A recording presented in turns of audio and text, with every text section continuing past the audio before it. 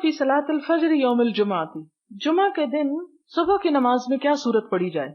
हद्दसना Abu Nuaim क़ाल हद्दसना Sufyan अन सअद इब्न इब्राहीम अन Abdurrahman हुवा इब्न Hormuz अल अअरज अन अबी हुरैरह रदियल्लाहु अन्हु क़ाल कान नबी सल्लल्लाहु अलैहि वसल्लम यक़रउ फिल फज्र यौमल जुमुअती अलिफ लाम मीम तंजील, कि हुजूर सल्लल्लाहु अलैहि वसल्लम जुमा के दिन फजर की नमाज में क्या पढ़ते थे। अलिफ लाम मीम सजदा तंजीलुल किताब मिनल्लाह, ये सूरत सजदा की बात है। और दूसरी रकत में वहल अता अलल इंसानि हीनुम मिनद दहरी लम यकुन शयअन मज़कूरा।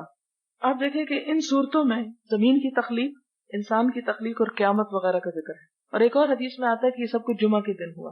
तो उस मुनासबत से शायद आप इन सूरतों का इंतखाब करते थे कि इंसान इन दिनों में इस चीज को दोहरा ले, याद कर ले।